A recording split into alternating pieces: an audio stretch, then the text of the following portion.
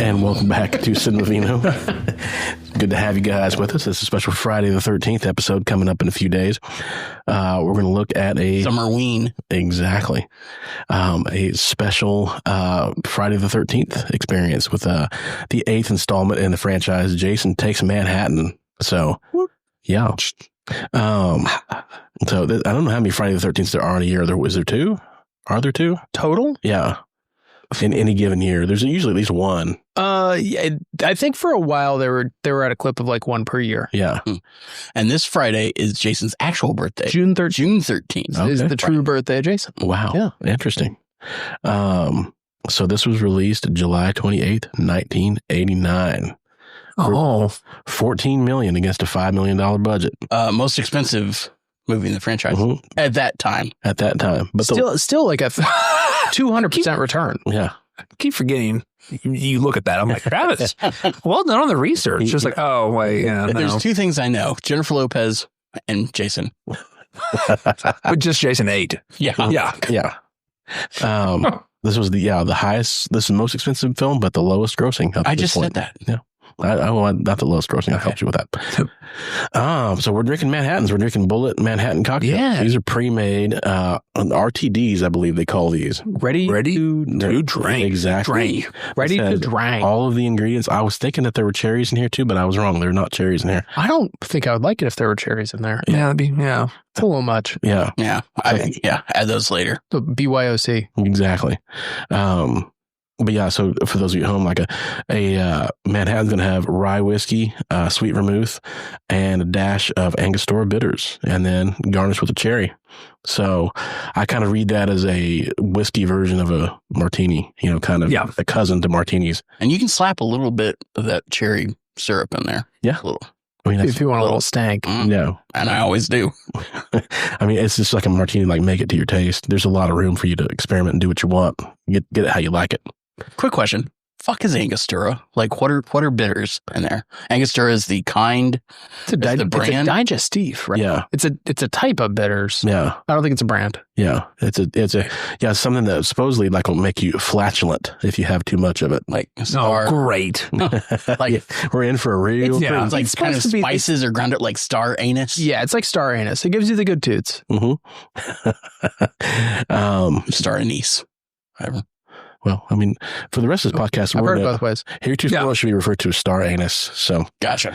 but yeah, this is how much? What's the ABV on this, Trav? 75%, which is 37.5. Reverse that. 75 proof, and it's 37.5. There we go. There we go.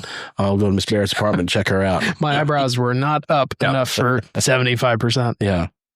But not bad. I mean, these are $10 a piece, so pretty good deal for pre-made cocktails. Think about what you'd pay for this much Manhattan at a bar, $15 for one drink that probably is going to be watered down. Yeah. And I mean, we did 4 decent sized cocktails out of one. Yeah. So No, what is it that in the last 5 years they've figured out how to batch cocktails that are better?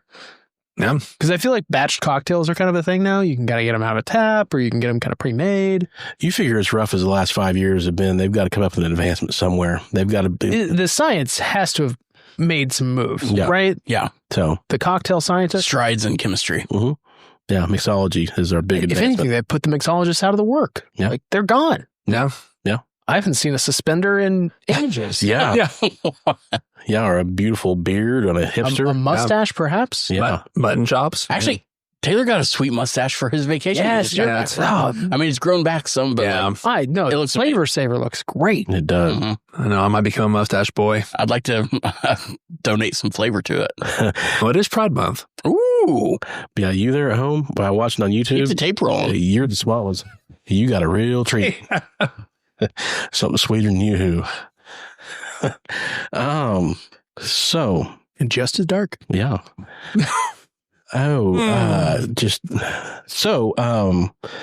This story kicks off with one of the most unappealing montages of New York City I've ever seen in a movie. Yeah. I don't think New York has ever looked this bad. The Looks 80s fucking hated New York. Yeah. That drowned rat was a paid actor. I know. I felt bad for the rat. Yeah. And that was It was adorable, though. Yeah. You see that disclaimer at the end, no animals are harmed. That's BS. that. Yeah. And was that all just an elaborate long scene?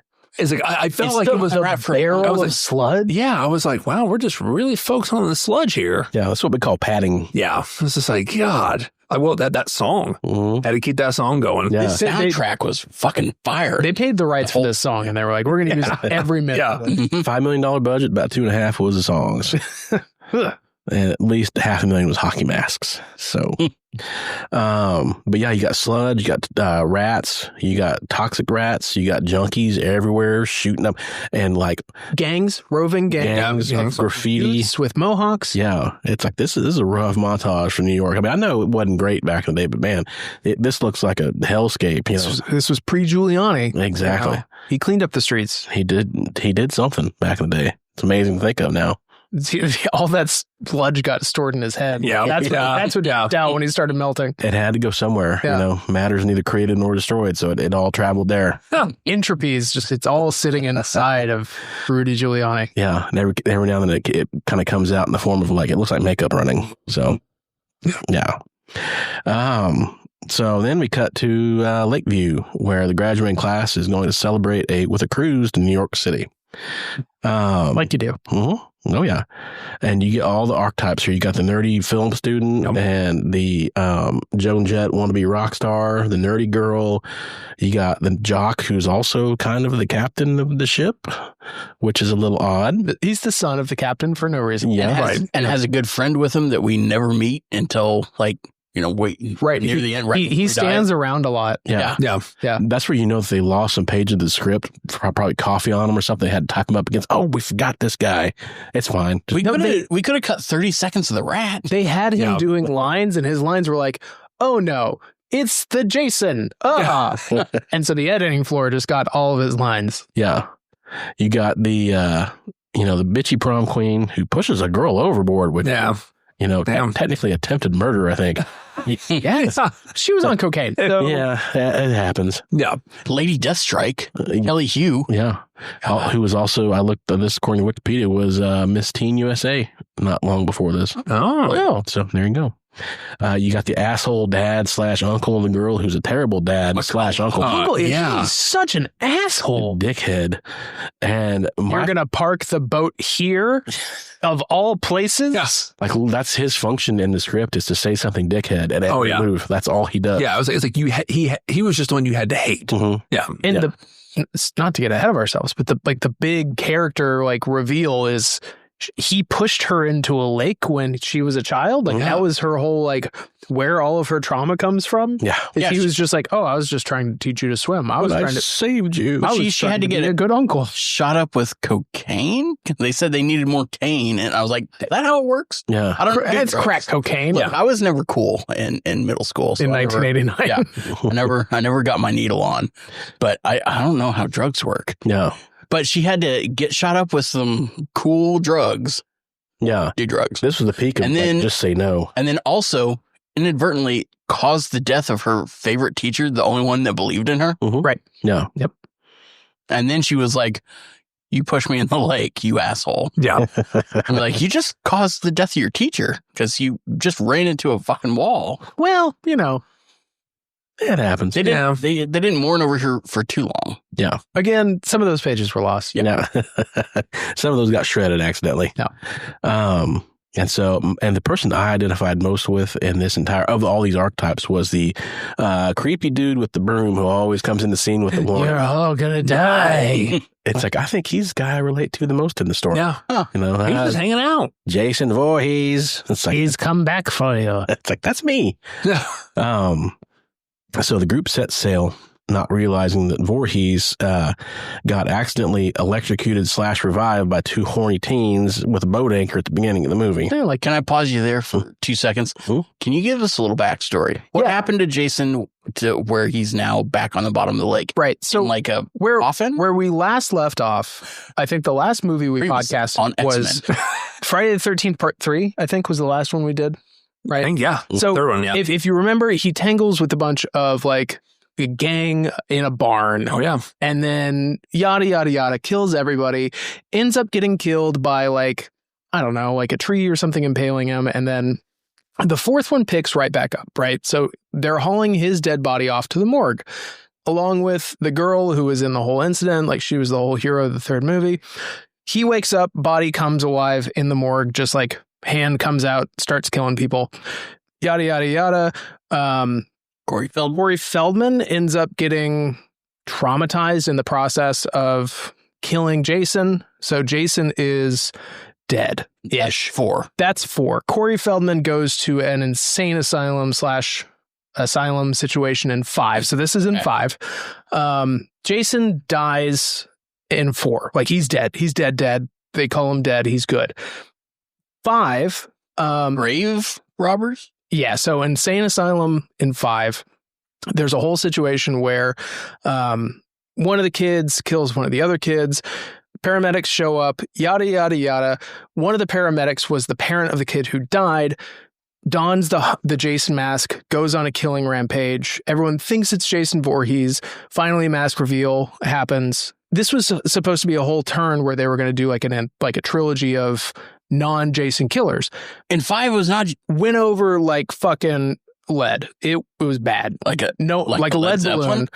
No one liked it. So 6, Corey Feldman's character comes back, older, tries to go like destroy the body of Jason, goes to a grave site, digs up the grave, stakes him with like some metal stakes to try and he just starts like stabbing him. Lightning strikes, brings Jason back to life. Jason's back. Jeez, and that was 6. Why not? That was 6. Mm-hmm. 7. Wait, how do they kill him in 6? In 6, they kill him. He's on a dock. And they wrap part of the dock around. Jason, that's 7 probably. The Corey Feldman's character wraps a boulder, like a chain around his neck that's tied to a boulder. The boulder drags him down at the bottom of the lake. He's alive, but he's just like tethered and just sort of like listlessly floating in the lake. That was the end of 7. That's the end of 6. End of 7. There's a girl, similar situation, who is sort of traumatized from her childhood. She has telekinetic abilities. Nice. She's like this super powered. She's got short, like brunette. She's got like Carrie situation. Yeah, like she's got superpowers. She tangles with Jason. Jason comes back because who cares? He comes back, and at the end of 7, she basically uses her telekinetic abilities to cause him to drown in the lake. And the wood that's around him is the dock. He's on a dock when he dies. And it's like a combination of like her dead father comes from the lake and takes him down in like the dock, whatever. Okay. Doesn't matter. So 8 rolls around. Yes. Horny teens drop anchor so they can drop some anchor.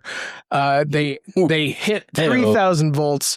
It electrocutes his body back to life. He goes, "Ugh," and he comes up and drops his own anchor. Nice. Right? Okay. All right. So at this point, Jason's a supernatural being, basically. Right. At this point, he's a lich. I don't know. He can't die. He's super powered. A revenant. And he's just pissed at everybody. There you go. He's a revenant. He's mad. He wants to kill teens because they're horny. Mm-hmm.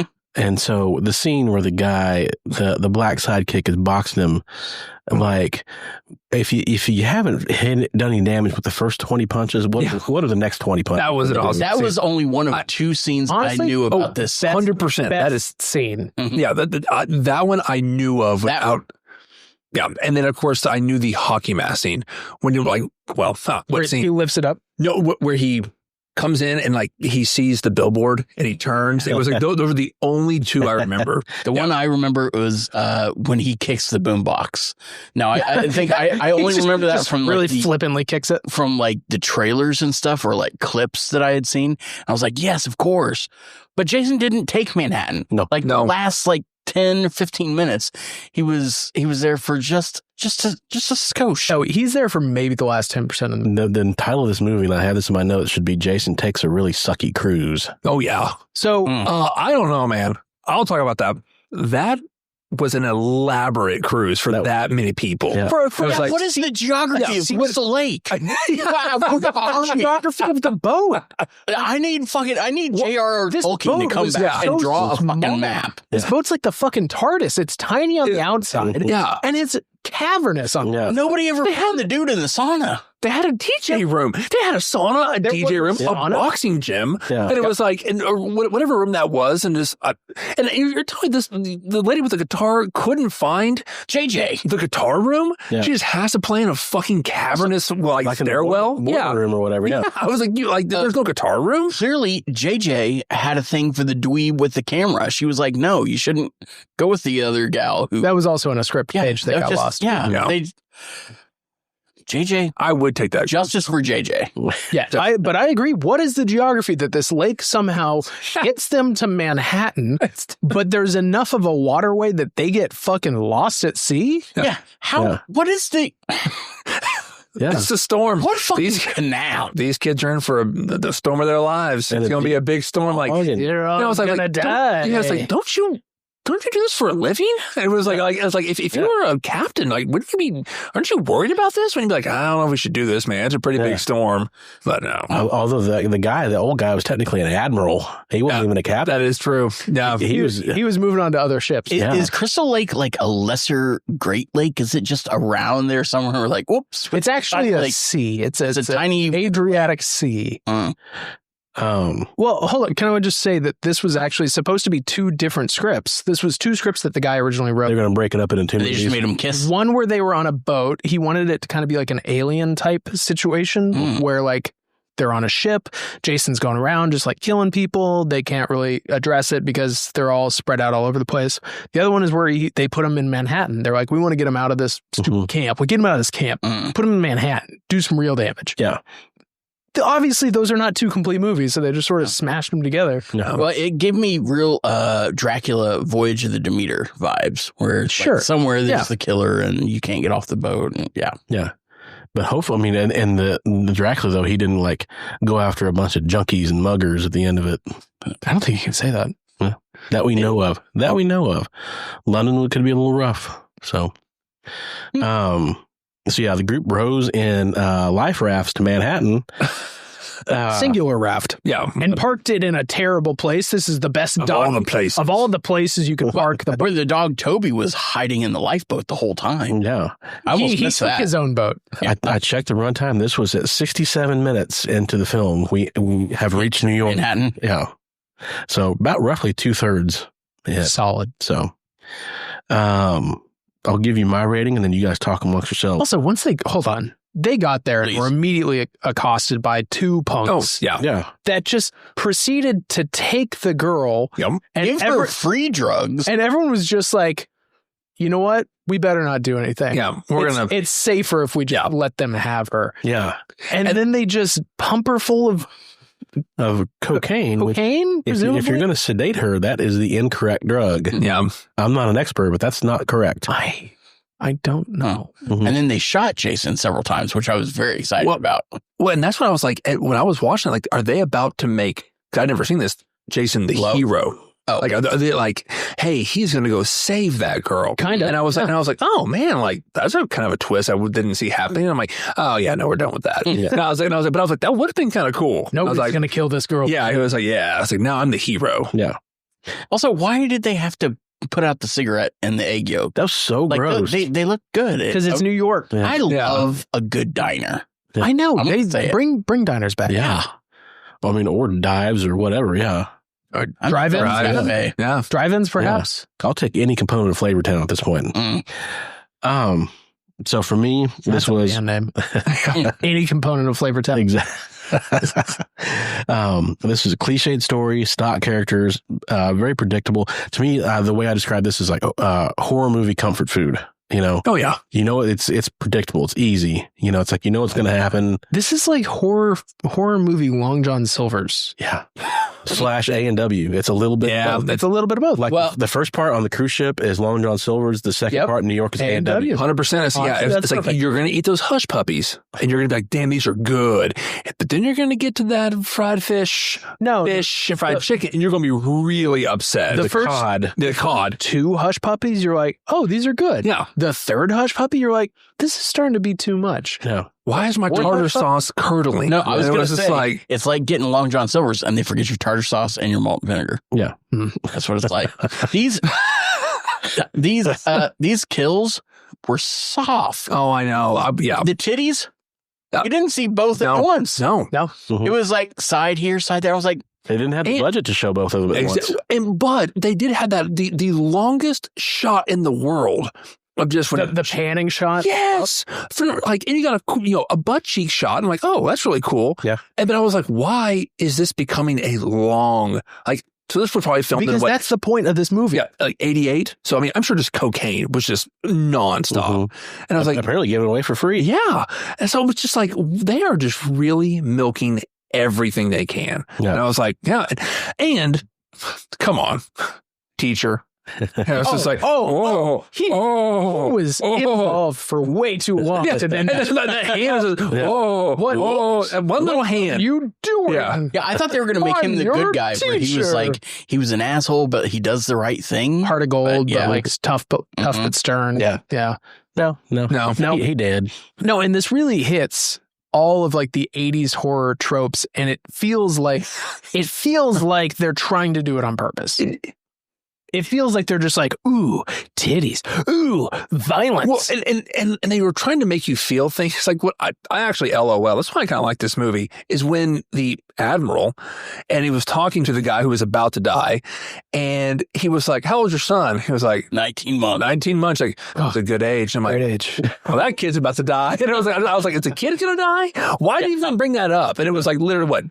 2 minutes later, he did. Yeah. But I was just like, what an odd age. What? I was like, oh my God. I was like, you guys are trying too hard to get me to feel things. And I was like, this is outrageous. You know what I just realized? I still loved it. The teacher, McCullough, that's getting seduced on the bed, and he's like, oh, my hands.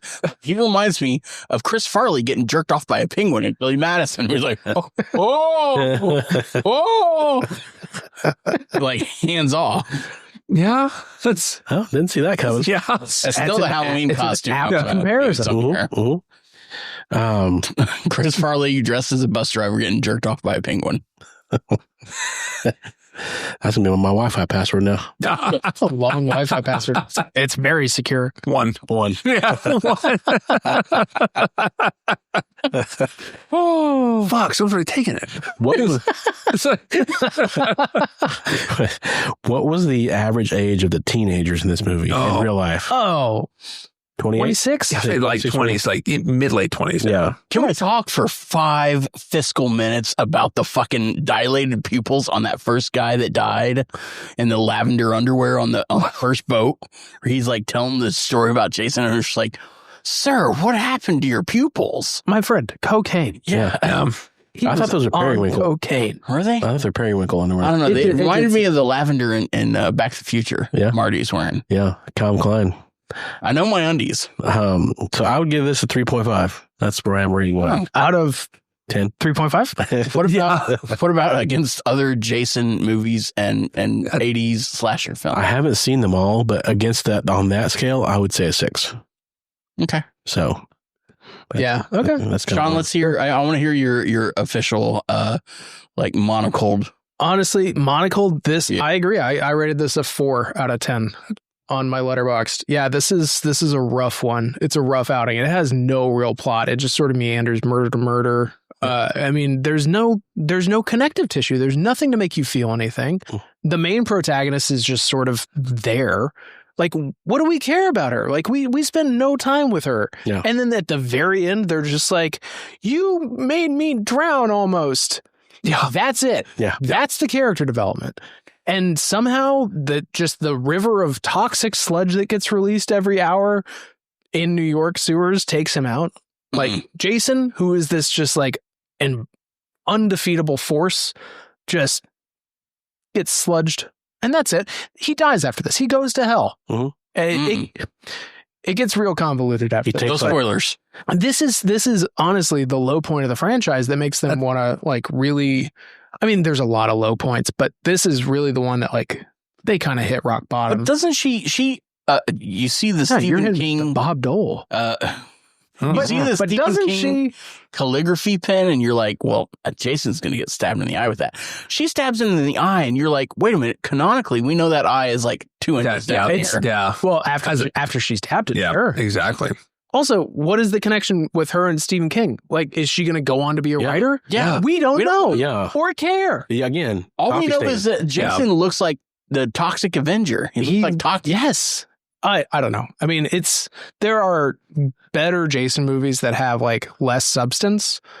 This one was just so cobbled. It's clearly cobbled together of two different movies and just like shot on, the seat of their pants. They just kind of threw something together. Yeah. It's fine. If you just want to turn something on to have it on, this gets the job done. Mm-hmm. But I mean, it's a 4 out of 10 for me. I mean, I love number 3. 3 is, I think, I still is where it peaks. Well, and that's where I kind of go with this. And I'm not like a huge horror fan, but I like a lot of the Jason movies. This was a 4 for me because I don't think I'll watch it again. Like I've watched the first 3 multiple times, and I haven't really, now I need to watch 4, 5, 6, like leading up to this, but I don't see myself rewatching this one. And I'd never seen it. I'd seen like clips of it, like we said, like the boxing scene, but I was like, wow, it's almost like they, like what in some of the earlier or the I don't think we've actually said it. He punches a man's head off. I don't think we've actually said that. Into a dumpster. Yeah, into a dumpster. The dumpster closes. And that is where I love. I might give it a 4.5. Like camp? Because I love that shit. Like shit. I'm going to forget it. Like, is it when he stabs the girl he stabs somebody and in the horn? Like, or the boat. It's like he's about to stab somebody, and I'm like, oh, fuck yeah. And it was like we're not even going to show it. We don't have the budget to show the stab, but we're just going to blow the horn.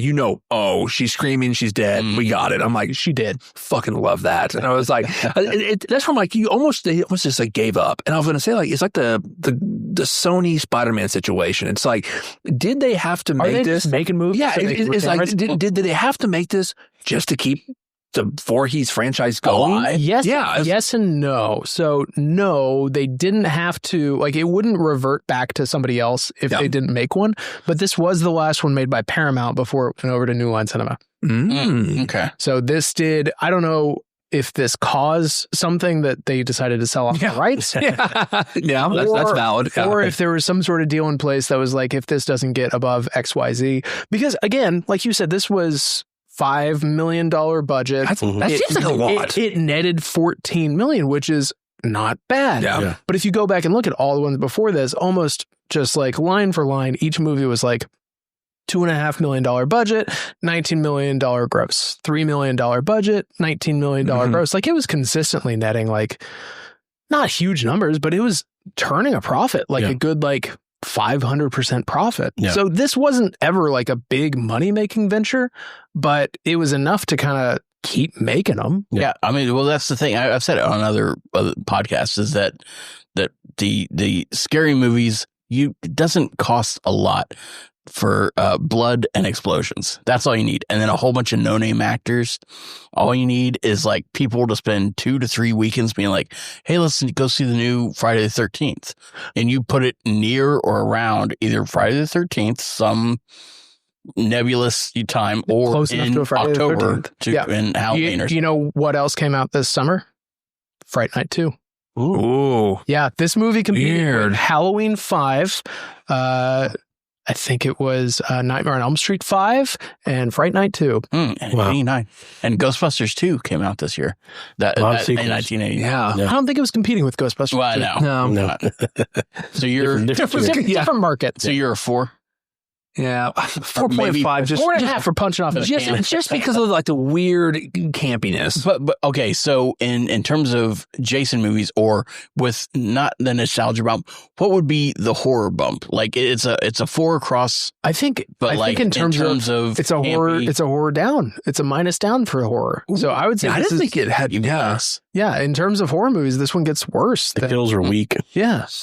So I think I'm also a 4, but I think with the in the terms of like camp and bullshit, like I would be a 6 in terms of the other Jason films I've seen. But the best thing about this was the trailer.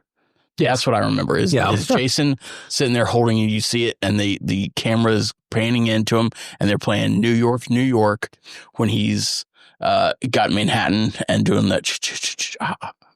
Which makes you think he's going to be in New York a lot. Yeah. What's hilarious at the beginning when they do the it sounds like it's underwater, like because he's drowning underwater. If you hear the first one, and of course, like everything, like fucking Frankenstein. Oh no, the Frankenstein's monster gets electrocuted. Oh, it's awake again. Here it comes. Yep. Yeah. I like that you got to see his face in this, and like kind of a lot. Like all over the place. But there is in the D&D 5th edition books, Van Richen's Guide to Ravenloft, they have a bunch of like other creatures and things that's the one that's all about vampires and werewolves and, slashers. There's, they have creatures that are basically like Jason, which are, they're called something juggernauts where it's hard to fucking kill them. They keep coming, but there are other games like that have given them like, I'm watching this and I'm like, okay, Jason has like weird ass like illusion powers where he can make you see him or make you think that you got drowned by him. I think he just teleports. And then I don't think that's the second part. The other one is he fucking teleports. It's the dead travel fast power is you think you're running from him and then you are down an alley and you're like, he's behind me. And then you look forward and you're like, oh shit, how did he get right there? Because how did he absolutely teleports. Yeah. How the fuck did the guy's running from Jason, runs into a building to the second floor, and then all of a sudden, shit, gets thrown out of the building. Yeah. Gets fucking yeeted. On the second floor. Yeah, I don't like the scene where like the guitar playing girl is it the guitar playing girl? No, it's the nerd who's like in the dance hall is running from him. Oh yeah, turns and he's in front of her, and then she turns and he's in front of her, and and then she just gets stabbed. Like yeah. Kelly Shue. I don't think she would have survived even if she was Lady Deathstrike, because you can't fucking stab Jason to death. Yeah, he tanks like 6 shots, and then throws that dude into a pipe. No, it's one of those situations where you have to kind of like. At least the dog lived. You don't like kill him through any like damage reduction. It's all through like solving some mystery mechanic. Yeah. You have to like kind of like figure out the root cause.